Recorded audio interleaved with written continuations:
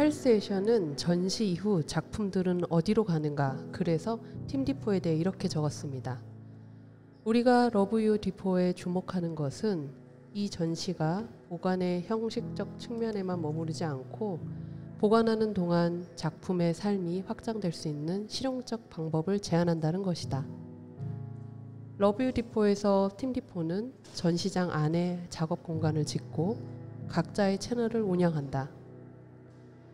창고 안에 보관된 개별 작품의 의미와 해석에 대한 질문을 다루는 팀 디포의 젊은 창작자들은 친밀하고 설득력 있는 중개자이다.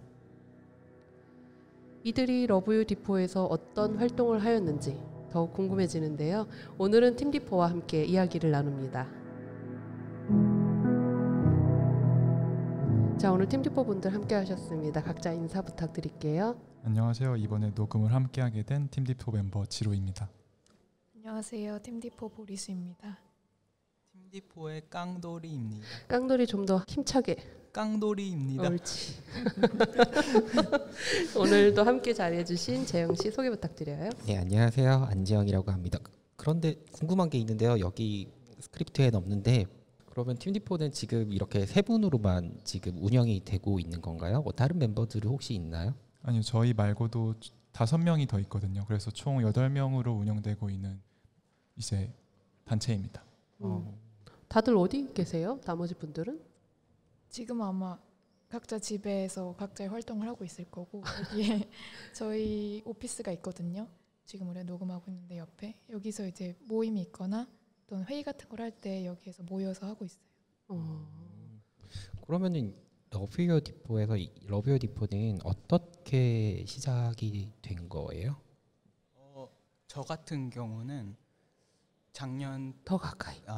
작년 초에 주요리에게 작업을 보여줄 기회가 생겨서 그때 인연으로 알게 되었고 그러다가 8월 중에 연락을 받았어요. 이 프로젝트에 합류해 보지 않겠냐고. 그래서 그렇게 저는 시작을 했었습니다. 다른 분들은 어떻게 시작되었나요? 저도 깡돌이랑 비슷하게 프로젝트 이전에 학교에서 주요리를 만났고 그 프로젝트 준비 기간이 시작될 때쯤에 이제 합류 제안을 받았어요. 저는 조금 다른데요. 저는 이제 용산 공유 오피스가 있잖아요. 거기서 이제 처음 뵀었고 거기서 이제 이 프로젝트에 대해서 듣게 되었는데 되게 하면 좋을 것 같다라는 생각이 들어서 이제 참석하게 됐어요. 러브 유 디포 이 프로젝트 처음 들었을 때 어땠나요? 특히 팀 디포의 역할에 있어서 주요리가 항상 그 기술 교환이라는 말을 했었는데 그게 어떻게 구현이 될지 그때는 감이 안 잡혔거든요. 네, 그때 막연했어요. 저는 그 처음 이제 프로젝트에 대한 전반적인 그 설명을 들었을 때 되게 그 구조 자체가 엄청 복잡하지는 않았었는데 개인적으로 대신 되게 방대하다는 느낌을 받았거든요. 이게 아무래도 미술관을 벗어나서도 이게 그 작동이 되어야 하는 프로젝트다 보니까 그래서 그랬는지 좀 부담 반 그리고 기대 반 이런 느낌이었었어요. 약간 다들 크게 다르지 않았을 것 같아요. 저도 처음에 들었을 때 이제 기존 전시와는 좀 다른 형태잖아요. 그래서 처음에 들었을 때 되게 의문을 많이 가졌었거든요. 이게 이 프로젝트가 어떻게 기능을 할 수 있을까라는 데에서 되게 의문을 많이 가졌고 그때 주요리께서 되게 많이 말씀하셨던 게 젊은 작가와 대화했을 때 그 얘기를 되게 많이 하셨거든요. 작업을 어떻게 버리세요? 라는 질문을 했을 때 주요리가 이제 그거에 대해서 되게 어떻게 보면 충격을 먹으신 거잖아요. 그래서 그거에 대해서 생각을 되게 많이 하게 되고 그거를 발단으로 해서 이 프로젝트를 시작하게 된 건데 그래서 되게 주요리의 감정이 되게 많이 느껴졌었던 것 같아요. 그러면은 궁금한 게 그 각자가 어떤 가지고 있는 이 프로젝트를 들었을 때 흥미로운 포인트가 있었을 것 같아요. 그 포인트로 인해서 결국은 이 프로젝트에 인을 하게 된 것 같은데 각자 어떤 포인트에서 흥미를 가졌는지 그걸 좀 자세하게 얘기해 주면 좋을 것 같아요. 저는 10년만 부탁합니다 때부터 알았거든요. 주요리를.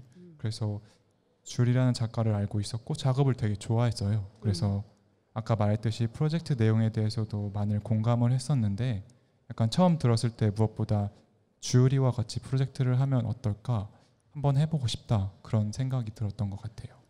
저는 러브 디포에서 팀 디포의 역할을 들었을 때 작품에 대해서 계속 말하라는 게 저희 역할이었는데 생각해 보면은 이전부터 어떤 전시에 대해서 혼자 감상을 끄적이고 이랬던 걸 좋아했었어요.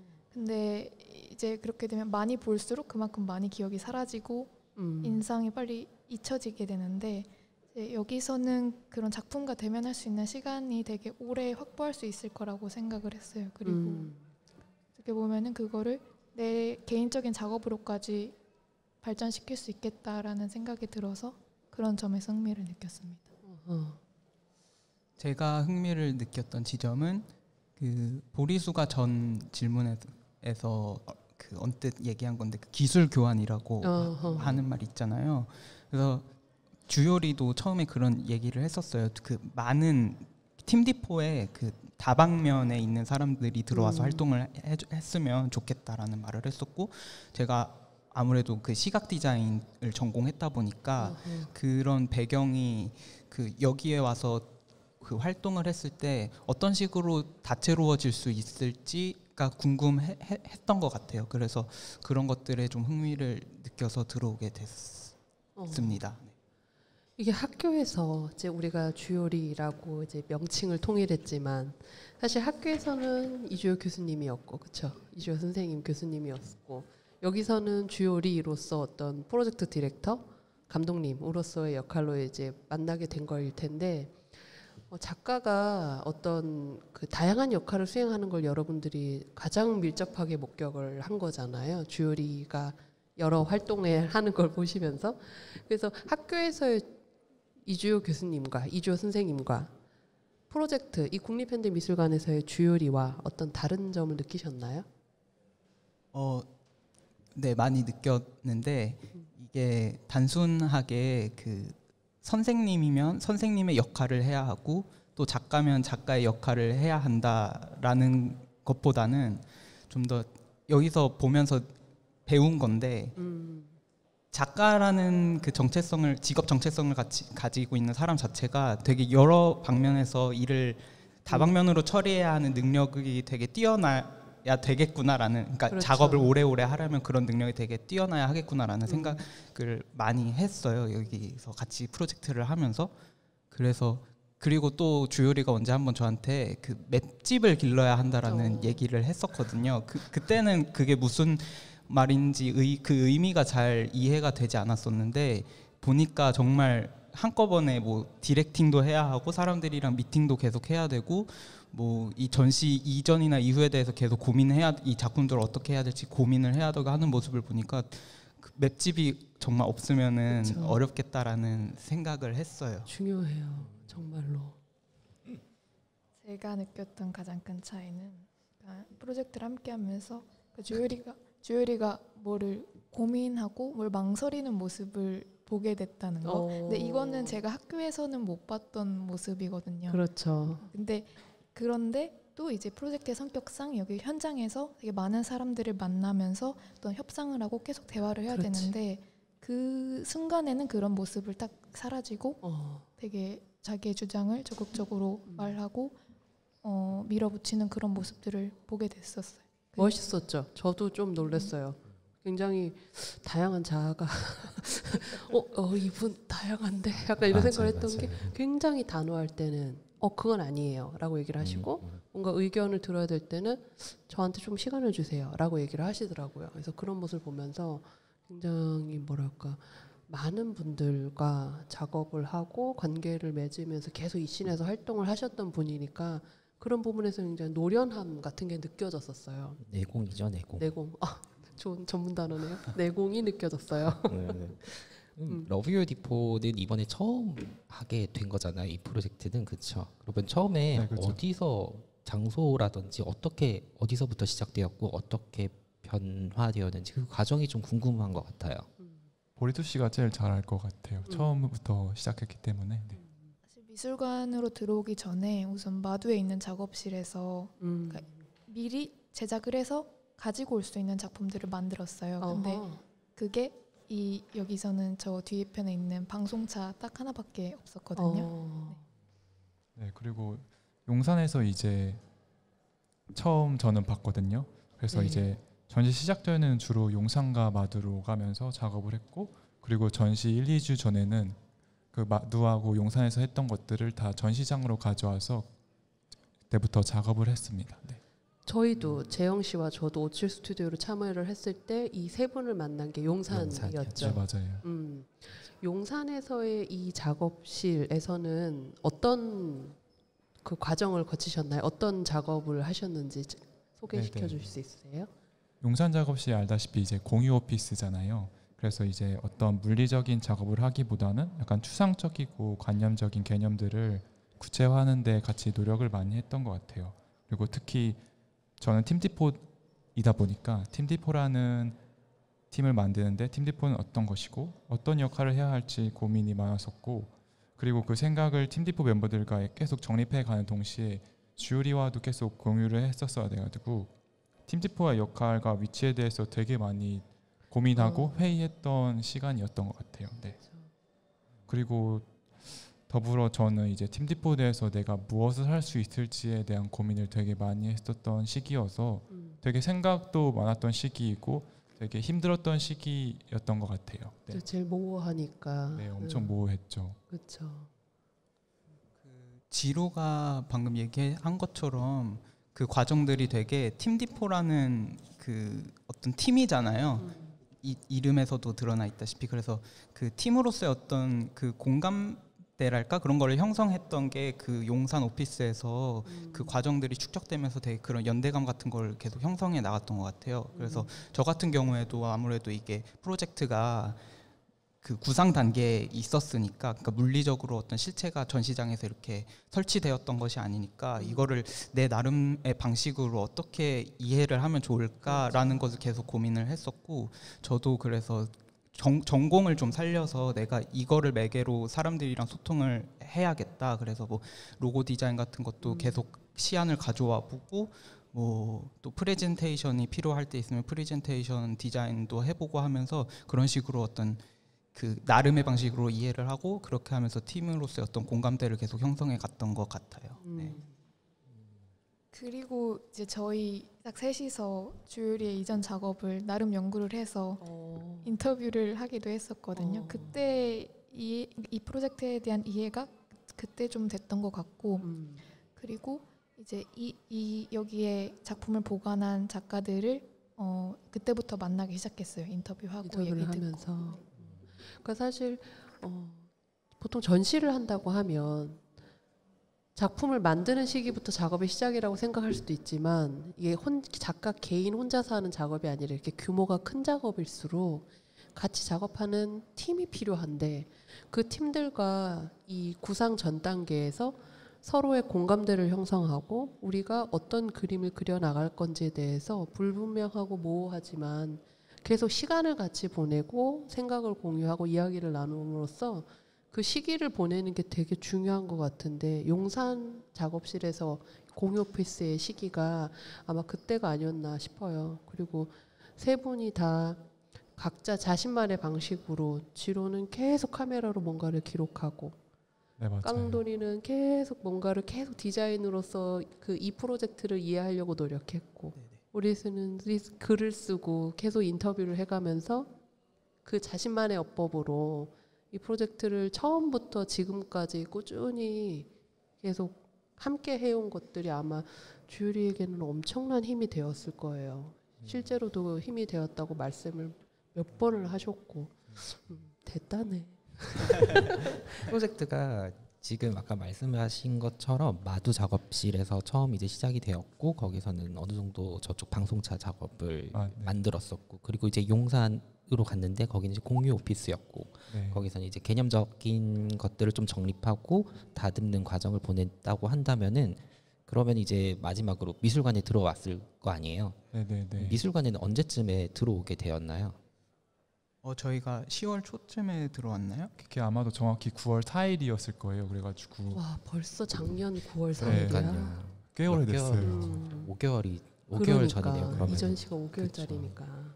이게 이 전시 전에 박서보 작가의 전시가 있었었는데 그때 이 박서보 작가의 전시가 끝나고 이 공간을 어떻게 구성할 건지에 대해서 얘기를 했었어야 됐어요. 그래가지고 저희가 다 같이 가가지고 이 공간을 어떻게 뜯어낼지 뭐 어떻게 만들지 벽은 무슨 색을 칠할지 그거에 맞아요. 대해서 얘기를 하려고 이제 다 같이 모여서 이제 얘기를 계속 했었죠. 네. 그렇죠, 그렇죠.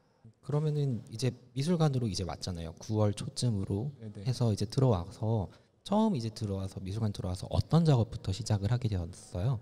아까 말했듯이 이제 저 벽이 있는데 벽을 어느 정도 뜯어낼지 이제 이 공간을 무슨 색으로 칠할지 그린 패드의 색은 뭘로 칠할지 그리고 저는 이제 전에도 말했듯이 계속 사진을 찍었다고 했잖아요.